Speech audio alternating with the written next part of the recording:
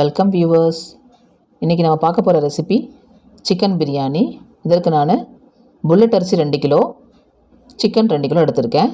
இதை நம்ம எப்படி செய்யலான்னு பார்க்கலாம் வாங்க. ஒரு தேக்ஸாவில் 1/4 லிட்டர் அளவு எண்ணெய் சேர்த்துக்கலாம். நெய் சிறிதளவு சேர்த்துக்கலாம்.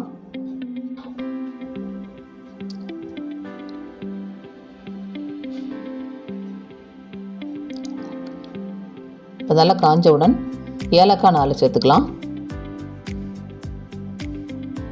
மராட்டி மொக்கு 2, 10 கிராம் கிராம்பு, 10 கிராம் பட்டை சேர்த்துக்கலாம். இதை பொரிஞ்ச வாட்டி கல்பாசி சிறிதளவு சேர்த்துக்கலாம். பிரிஞ்சி இலை சேர்த்துக்கலாம்.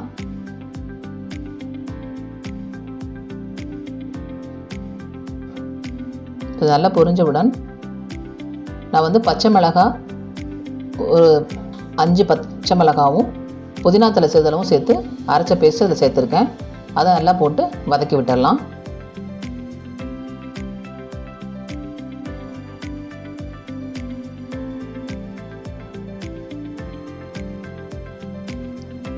இதுக்கு 3/4 கிலோ பெரிய வெங்காயம் எடுத்திருக்கேன். அதை சிறிது சிறிதாக கட் பண்ணி இதில் சேர்த்துக்கலாம்.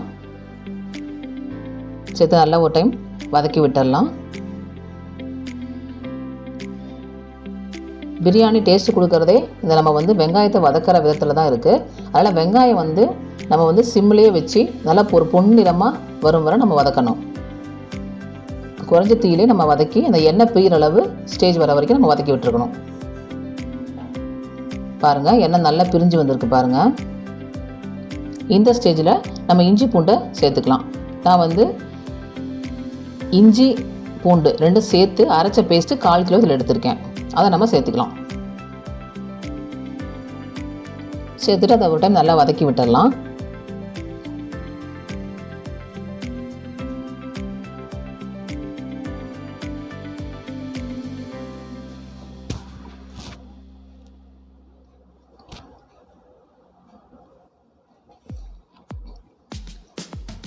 நல்லா வதக்கி விட்டுடணும்.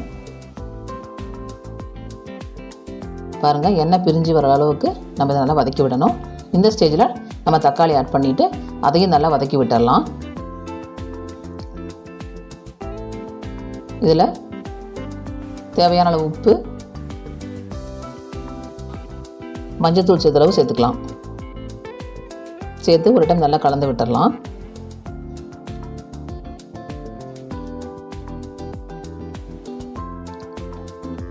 இப்போ இதுக்கு தண்ணி அளவு பார்த்திங்கன்னா 1 டம்ளருக்கு 1 டம்ளர் அளவு தண்ணி நம்ம சேர்த்துக்கணும் இதில். அதனால் நம்ம ஃபஸ்ட்டே அரிசியை அளந்துட்டு 1க்கு 1 டம்ளர் அளவு தண்ணி எடுத்து ஒரு பாத்திரத்தில் தனியாக வச்சுக்கணும். இந்த ஸ்டேஜில் பாருங்கள், எண்ணெய் பிரிஞ்சு வந்துருச்சு. இந்த ஸ்டேஜில் நான் மிளகாத்தூள் 2 ஸ்பூன் ஆட் பண்ணியிருக்கேன். நம்ம ஆல்ரெடி ஃபஸ்ட்டே பச்சை மிளகாய் சேர்த்ததுனால நம்ம காரம் நமக்கு தகுந்த மாதிரி 2 டீஸ்பூன் அளவு சேர்த்துக்கணும். நீங்கள் உங்கள் காரத்துக்கு தகுந்த மாதிரி நீங்கள் சேர்த்துக்கலாம். இப்போ இதை நல்லா வதக்கி விட்டுடலாம்.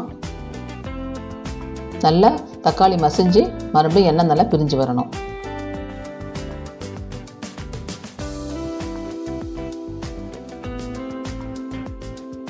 பாருங்கள், எண்ணெய் நல்லா பிரிஞ்சு வந்திருக்கு. இந்த ஸ்டேஜில் கொத்தமல்லி தலை, புதினா தலை நான் 2 கைப்பிடி அளவு எடுத்திருக்கேன். அதை இதில் சேர்த்துக்கலாம். சேர்த்து நல்லா மறுபடியும் ஒரு டைம் நல்லா வதக்கி விட்டுடலாம்.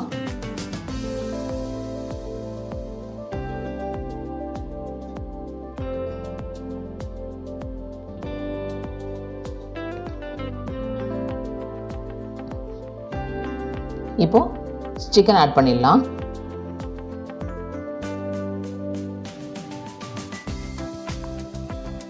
சிக்கன் ஆட் பண்ணி இதை மறுபடியும் நல்லா கலந்து விட்டுறணும்.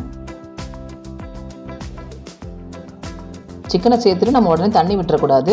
இது நல்லா அந்த மசாலாலாம் ஒன்றுக்கு ஒன்று இந்த சிக்கனில் இறங்கணும். அது வரைக்கும் நம்ம இதை நம்ம வேக விடணும். ஸோ நல்லா ஒரு டைம் நல்லா கலந்து விட்டுறணும்.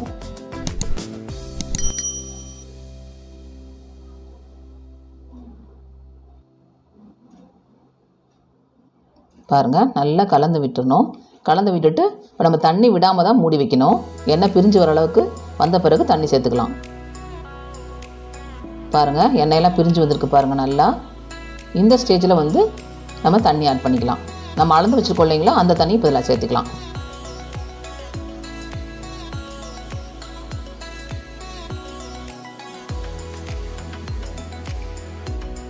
தண்ணியெலாம் சேர்த்துட்டு மறுபடியும் ஒரு டைம் நல்லா கலந்து விட்டுடலாம்.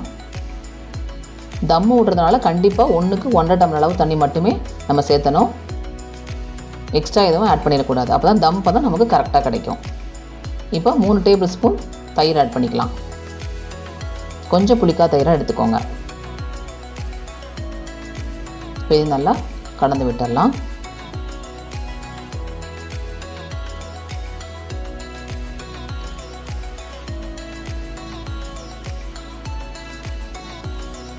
இப்போ கலந்து விட்டுட்டு இந்த ஸ்டேஜில் வந்து நம்ம உப்பு காரம் எல்லாம் சரியாக இருக்கா நம்ம செக் பண்ணிவிட்டு மூடி வச்சிடலாம்.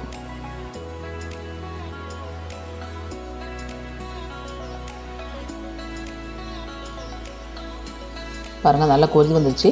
இந்த ஸ்டேஜில் நம்ம அரிசி சேர்த்துடலாம்.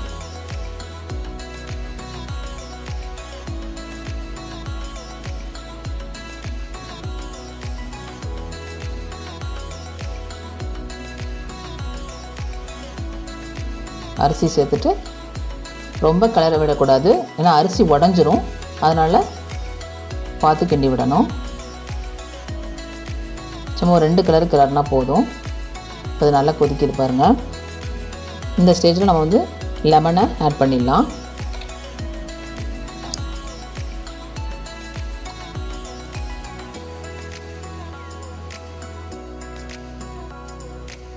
லெமன் ஆட் பண்ணிவிட்டு ஒரு டைம் கலந்து விட்டுடலாம்.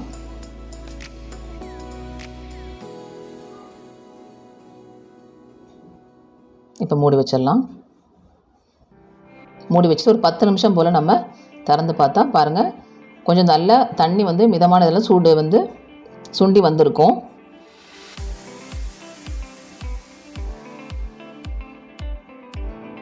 இது நல்லா ஒரு டைமு கிளறி விடணும். இன்னும் தண்ணி இருக்குது பாருங்கள், அதனால் அதெல்லாம் வந்து சுண்டணும். அது வரைக்கும் நம்ம இன்னும் ஒரு 10 நிமிஷம் வச்சுருந்து தம் விட ரெடி ஆகிடும். இது பாருங்கள் தண்ணியெல்லாம் இன்னும் இருக்குது. இன்னும் இதுவும் சுண்டணும். இது நம்ம வந்து அடுப்பை வந்து மீடியம் ஃப்ளேமில் நம்ம வச்சுக்கலாம். இப்போ இந்த ஸ்டேஜில் மூடி வச்சுட்டு மறுபடியும் ஒரு 10 நிமிஷம் கழித்து நம்ம திறந்து பார்க்கலாம்.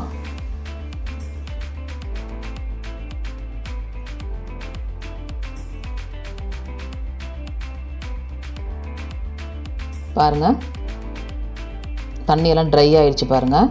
இந்த ஸ்டேஜில் நம்ம ஒரு டைம் எல்லாம் கலந்து விட்டுட்டு அடியில் உள்ள சாதத்தெல்லாம் மேலே எடுத்து போட்டு நல்லா கிளறி விட்டுட்டு நல்லா சாதத்தை அமுத்தி விட்டு நம்ம வந்து மூடி வச்சிடணும்.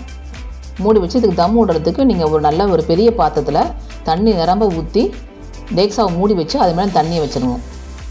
பாருங்கள் இந்த அரிசி பதமாக இருக்கும், பாதி பதம் சாதம் வந்திருக்கும். இந்த பதம் நம்ம தம் விட்டுடலாம். இதுதான் கரெக்டான ஸ்டேஜ். இப்போ அந்த தண்ணி எடுத்து நம்ம வச்சு மேலே வச்சு அடுப்பை ஆஃப் பண்ணிடலாம். ஒரு 1/4 மணி நேரம் அப்படியே தம்மில் இருக்கணும். பாருங்கள் இப்போ நான் தண்ணி இறக்கிட்டேன். பாருங்கள் சாதம் எவ்வளோ நல்லா மலர்ந்து வந்திருக்கு பாருங்கள், ஒன்றோட ஒன்று ஒட்டாமல் இருக்குது பாருங்கள்.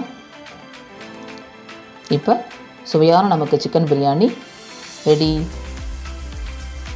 வியூவர்ஸ் நீங்களும் இதை உங்கள் வீட்டில் செஞ்சு பார்த்துட்டு உங்கள் கமெண்ட்ஸ் எனக்கு ஷேர் பண்ணுங்கள், சப்ஸ்கிரைப் பண்ணுங்கள். Thank you viewers.